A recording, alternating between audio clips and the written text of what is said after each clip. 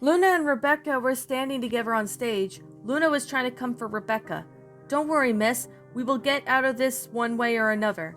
"I don't know, Luna. What if we disappear along with them?" Rebecca asked worriedly. "We won't. I am more concerned of what's causing the disappearances." "Yeah? What's causing them?" Luna lifted her head at the voice and looked up to see, but saw nothing. That is until a spotlight was turned on, and it was none other than Beagle. "Good to finally meet you in person, Luna." "Beagle?" Luna asked. "No, not just me." Beagle pointed behind Luna and Rebecca. Luna turned to see Jason 10 feet away. Jason, too. Luna was confused. "What are you, though, up to?" she asked. "Oh, nothing," Jason answered. "We're just enjoying the fact that your sister is missing. In fact, we know exactly where she and Discord are." "You do? Where are they?" she asked. Jason didn't respond. He just grinned. "What is going on, you two?" Luna was starting to grow suspicious. "What's going on is that your doom is approaching," Beagle answered. Luna's eyes widened, shocked. "What did you do with Celestia?" Luna demanded. "She's enjoying the show because it'll be her last."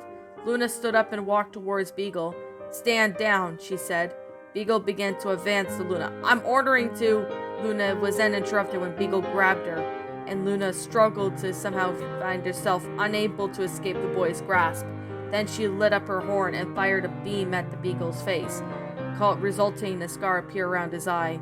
Beagle was furious now. He then threw Luna to the floor, and she face planted. Luna then bruised her nose, and it started to bleed. "There is no reason to resist," Jason stated, walking to Rebecca. He reached into his pocket and pulled out a weapon that Luna had never seen before. "What is that thing?" Luna asked in alarm. "This is what we humans call a gun. It's a weapon of great power. A single shot this baby can kill you, depending on where you get shot." Jason pointed the gun at Rebecca's head. "Now it's game over for the both of you."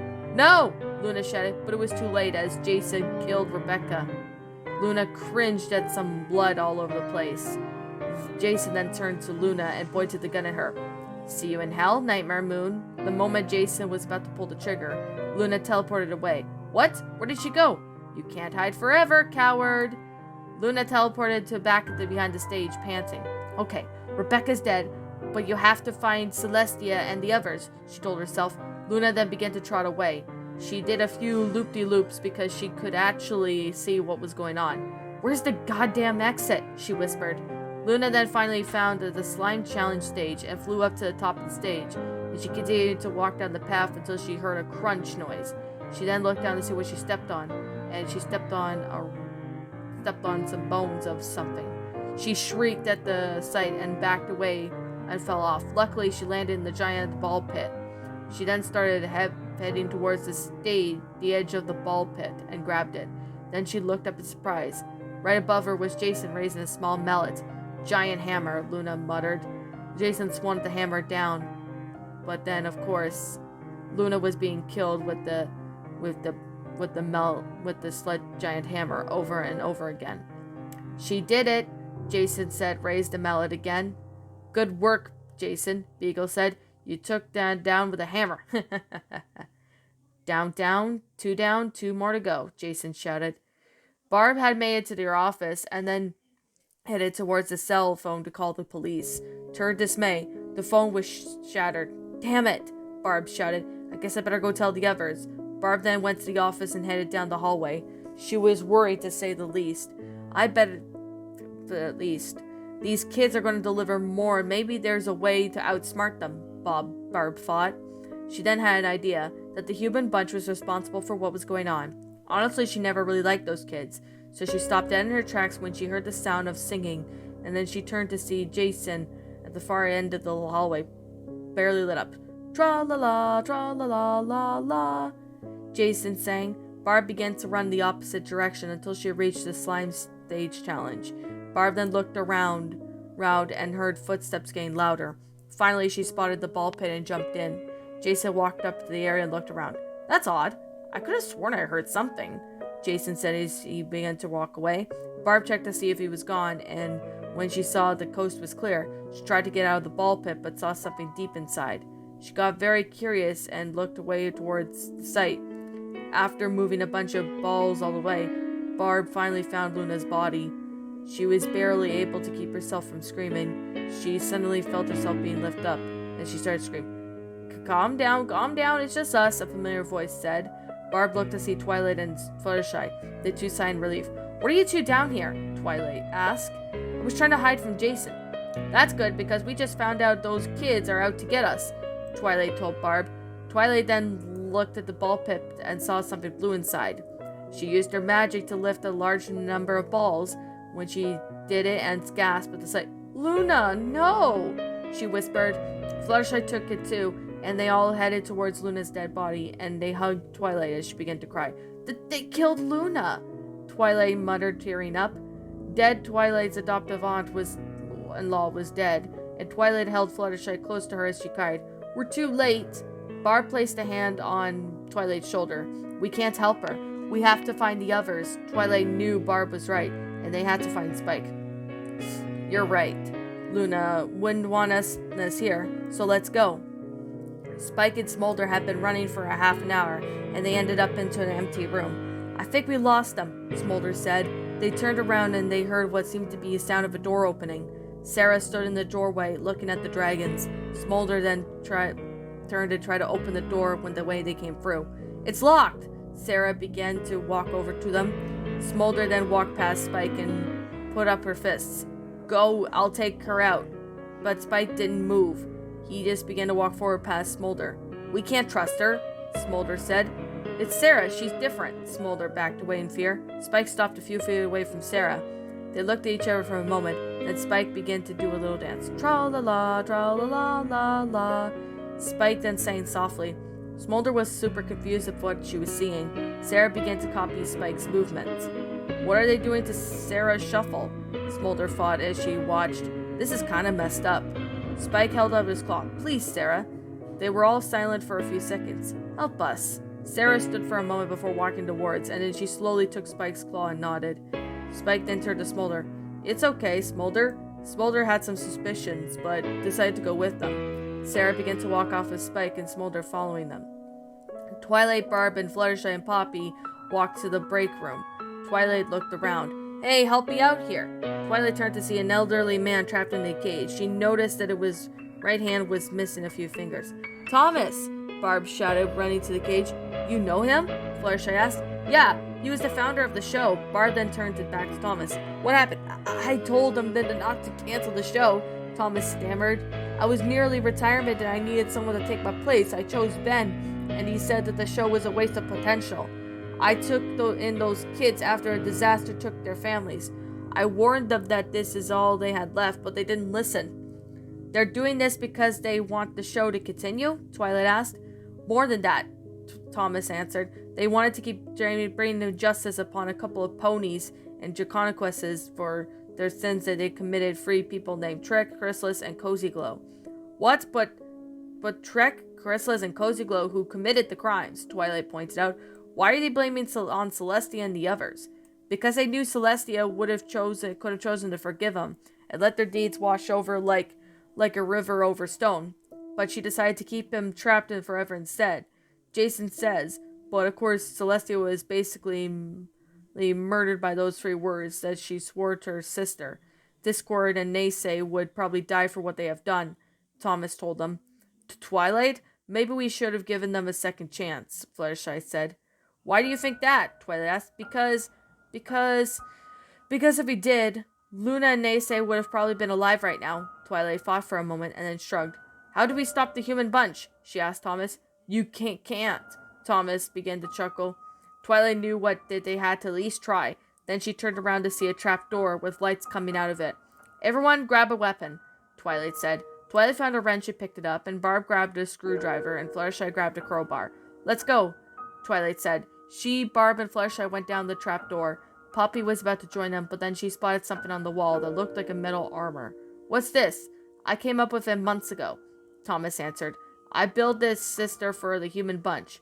A fifth member? Poppy asked. Her name was Rana. Poppy looked at the armor, and then she began to think about Naysay. We are going to get married. Poppy then grabs the helmet and then looks at it. And they killed off him? She then proceeded to put the helmet on and reached for the pants. What are you doing? Thomas asked. Poppy continued to pull in the armor. on. Stop that. This isn't for you. Poppy then used the magic to pick up what seemed to be like a machete. And then she turned to be walking towards the cage. Thomas began to whisper, "Stay back." Poppy sliced the lock off. "He's dead because of you," she said sadly. Poppy raised the machete, and within 4 seconds, the blood was like all over the walls and stuff. And it was just a horrific scene. I'm not describing what the hell actually happened, but it's really messed up. After a long night of searching for their friends and witnessing terrible deaths, Twilight and Fluttershy and Barb were nearing the end of their quests, and they all had to do was find Spike and Smolder and get out. Upon entering some dark underground hallway, Fluttershy noticed that Poppy wasn't with them. "Where's Poppy?" she said. "She was right behind us." "She'll catch up. We'll just have to find Spike and Smolder." Twilight knew that was a big long shot, but there was more focus on her finding her brother. The two ponies and woman continued down the halls. The lights were flickering and the corridors were covered in webs. Fluttershy could barely continue on. It was so quiet. The only sound was coming from was hoof/footsteps. Maybe it was a little too quiet, and the three struggled on and on until Barb slipped and fell backwards. Until she was down, she saw something horrific, and her agent Doug was lying on the floor dead. Drumsticks all over the place, and the sight caused Barb to scream. Fluttershy and Twilight quickly turned and helped Barb up, and they looked on the dizzy dead Doug dead with shock. What are those things in his eyes?" Twilight asked. "Mikey's drumsticks," Fluttershy said. "It's Doug, my agent," Barb told the two ponies. "I've sent him out with the rest of the audience." Twilight then fought for a moment, and that's when she lit up the horn, revealing dozens of bodies, and a woman and a stallion had basically had lots of parts all over the place, and it was unbearable. Twilight noticed something about the bodies, and they were all adults. "Where are the children?" she asked. 5 minutes later after that, the sound of kids screaming was heard. "Let's go!" They began to follow the screaming. Twilight and Fluttershy and Barb continued down the hall, following the screaming. Finally, they found a large room filled with objects from the show. A mailbox cartoon-style walls, and they even hid behind a pile of junk who took a peek. The children were all there, chained up to the bleachers. Boys, girls, fillies, colts were stuck, watching a terrifying scene of all of them. On stage was Beagle. Twilight quickly noticed the scar around his eye. "There they are," Fluttershy whispered. "But where's Spike and Smolder?" Next sound was knocking, heard Beagle turning to sound. "Well, who would that be?" Beagle asked as he walked over to a metal door. He opened it up, and what was made where children screamed again. It was Steve. He basically had a ruler sticking out. It was so bad sticking out of him, and he was on his tricycle, performing from earlier. But of course, Twilight gasped at the sight. "Look what I found," Jason said. "It's Steve." Beagle closed the door. "Isn't it wonderful, Steve? All of our friends are here, and now the show can go on forever and ever and ever." "But they're not going to let them go. They'll die here," Barb noted. "We have to save those kids," Twilight said. The three snuck their way through the room, heading towards the bleachers. Halfway there, Twilight saw Jason push Steve's body towards the metal pipe Beagle was standing next to. "Hey, Steve, mail's here," Beagle said as they pulled over the lever on the pipe. Flames flew out. Of course, the flames blew out, causing the kids to scream. Twilight could only watch in horror as they approached the bleachers. When they finally got there, a filly noticed them. Twilight did the shh sign just to sign the filly and nodded. Twilight was at least trying to break the chains at the wrench, but while she was, Beagle grabbed a bucket of water and dumped it on the fire. All the kids were whimpering now. "Silly Stevie, smoking is bad for your health." Twilight then even heard the sound of footsteps. She looked around for her hiding spot to see Sarah walking down the stairs with Spike and Smolder. "Good job, Sarah," Jason said. "Put them with our other friends," Beagle told Sarah. Sarah sat Spike and Smolder down the breeches, then their legs were chained to them. "You can't do this. You're the human bunch," Smolder tried to reason with the teenagers. "I'm sorry, but you know what they say. The show must go on, and some pony has to pay for their crimes," Beagle told her. Sarah then locked the handcuffs around Spike and Smolder's legs. "Sarah, please don't do this," Spike begged silently, but Sarah just looked at Spike for a moment. After a few seconds, Sarah opened Spike's claw and put something in it. It was the key for the chains. Haynes smiled at Sarah and as she backed away. Children, it's time we spin the new improved wheel of endings, Beagle announced. Jason pulled out a rope with the opening curtain and revealed, causing Twilight to gasp. It was a giant wooden spinning wheel while the white marker saying multiple things, but the worst part, it attached it to Celestia. Her hooves had been tied down with nails, and even her horn was broken, and she was covered in blood. Twilight noticed that, and Celestia was breathing, and she was alive. Celestia! Twilight gasped as Jason heard her. Look, guys, Princess Twilight has come here to sit tight for the ending of tonight's show. Twilight then just came out of her hiding spot, with a hot beam towards the wheel. It did nothing. What? Twilight shouted in confusion. Jason smirked. Nice try, Sparkle, but we came in prepared.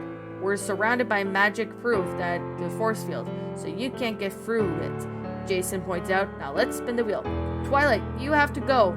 Celestia groaned. Jason had put his hand on the wheel and began to spin. Whoa! The spinner stopped and Celestia's broken horn landed on Banana Split. Banana Split! Beagle shouted. What's Banana Split? Jason asked Celestia asked worriedly. What's a Banana Split? What's a Banana Split? Smolder asked Spike. I don't know, but I think it lands on the rock out. Spiegel grabbed Celestia's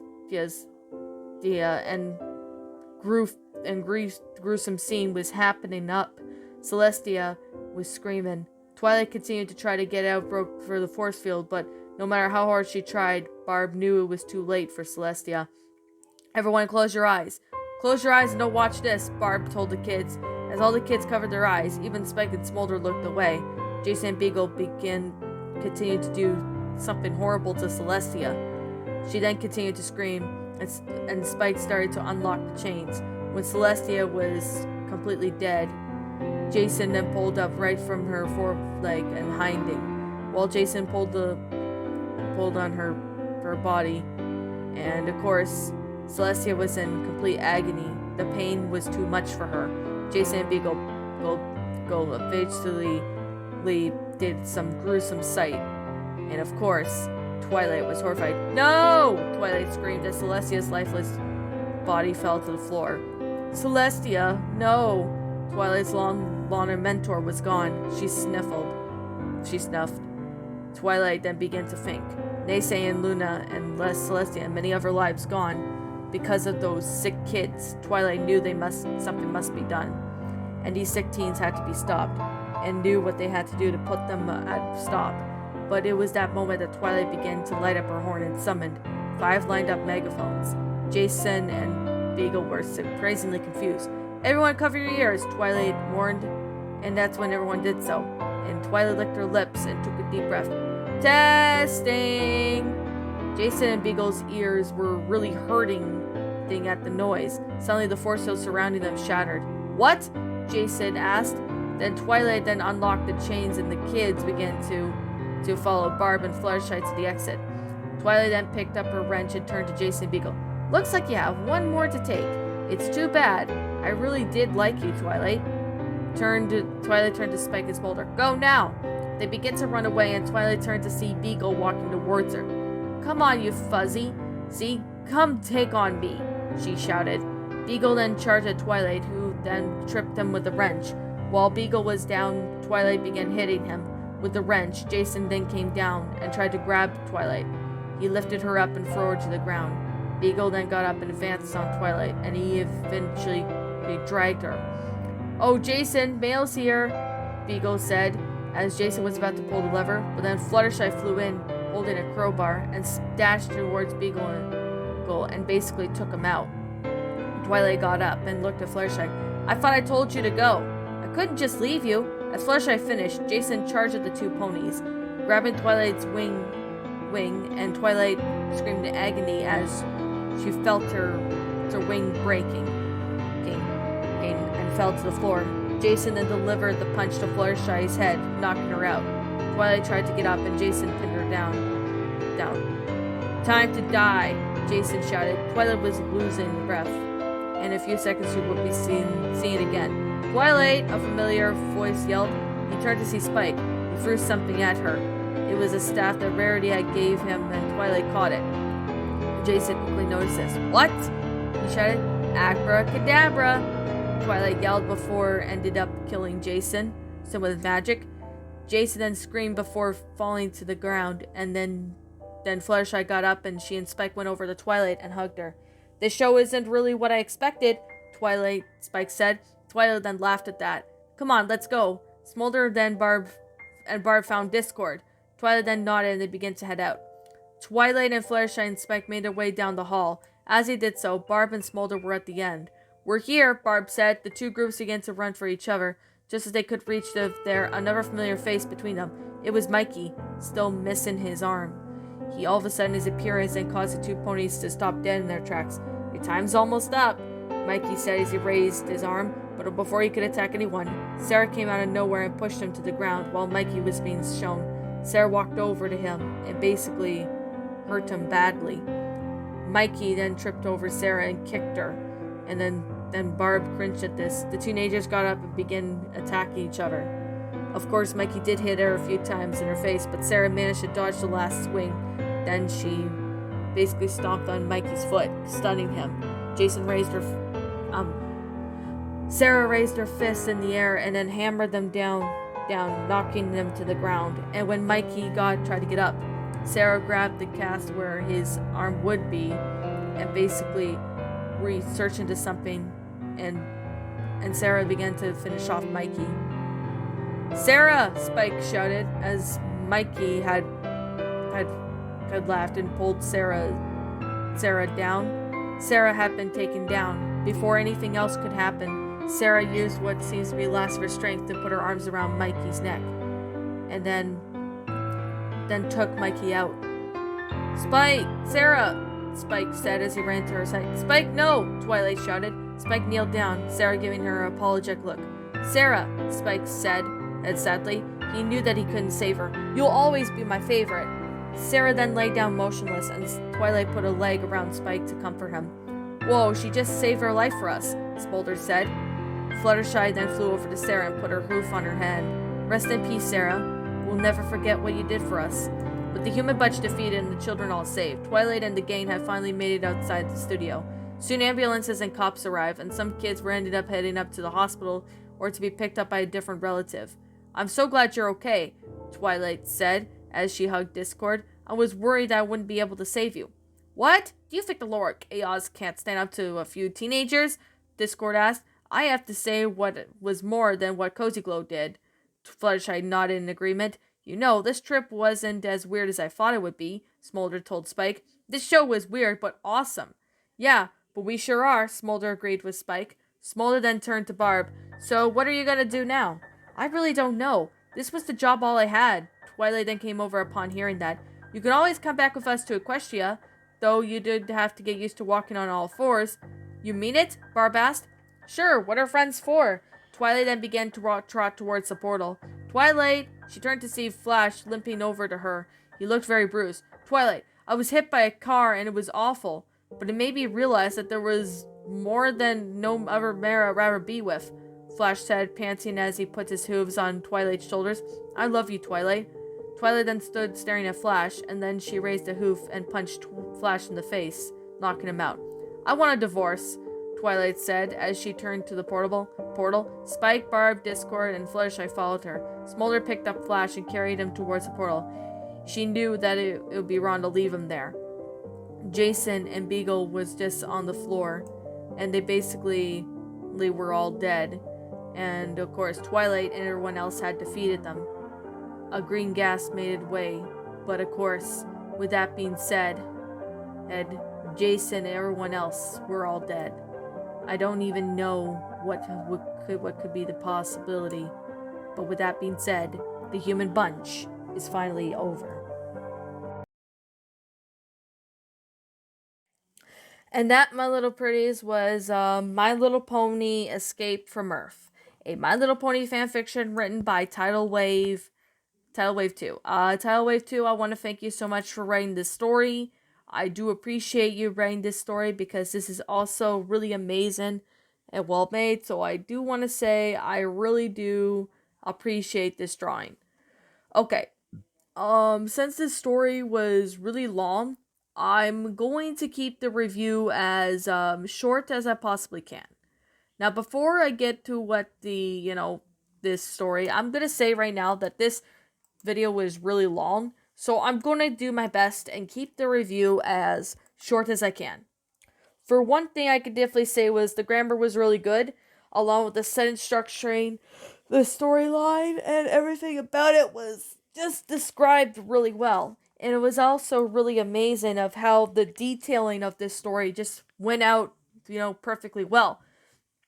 Yeah, I could definitely say there were maybe a few flaws with this story, but other than that, the story actually worked out well. Now, the graphic scenes that I did see in the story, I didn't read most of them because it was just completely messed up, in my opinion, or, it was kind of hard for me to take it in or kind of difficult for me to read.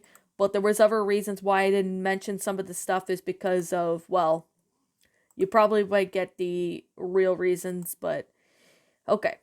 Now, I definitely have to say that the story itself was actually really good. It actually fit out well with the story, and I definitely have to say that the story actually flows out well with the concept of the story.